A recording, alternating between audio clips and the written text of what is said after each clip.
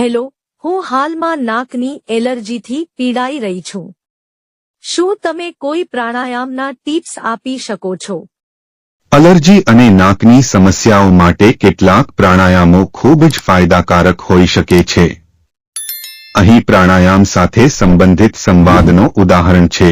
યોગ માર્ગદર્શક નિશ્ચિતરૂપે નાકની એલર્જી માટે કેટલાક પ્રાણાયામ ઉપયોગી થઈ શકે છે. આ માટે નીચેના પ્રાણાયામનું અનુસરણ કરી શકો છો. 1.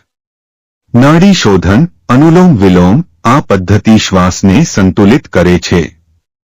નાકના એક છિદ્રથી શ્વાસ લો અને બીજા છિદ્રથી છોડો, પછી ક્રમ બદલીને આ પ્રક્રિયા પુનરાવૃત્ત કરો. 2.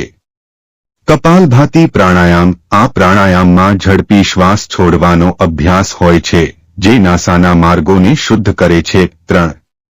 ભ્રમરી પ્રાણાયામ. આમાં શાંત અવાજ સાથે શ્વાસ છોડવો અને મગજને શાંતિ આપવાની કોશિશ કરવી છે.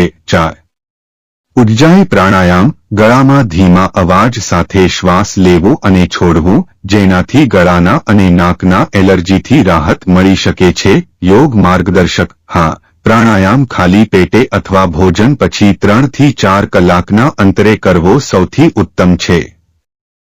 ધીમે શ્વાસ લેવાનું અને છોડવાનું યાદ રાખવું. જો કોઈ તકલીફ થાય તો તબીબી સલાહ લેવી. આ પ્રાણાયામો કરી શકે છે તે માટે વિશેષ સૂચનો છે. આ રીતે તમે નાકની એલર્જી માટે લાભકારી પ્રાણાયામનો અન્વય કરવું સરળ બની શકે છે.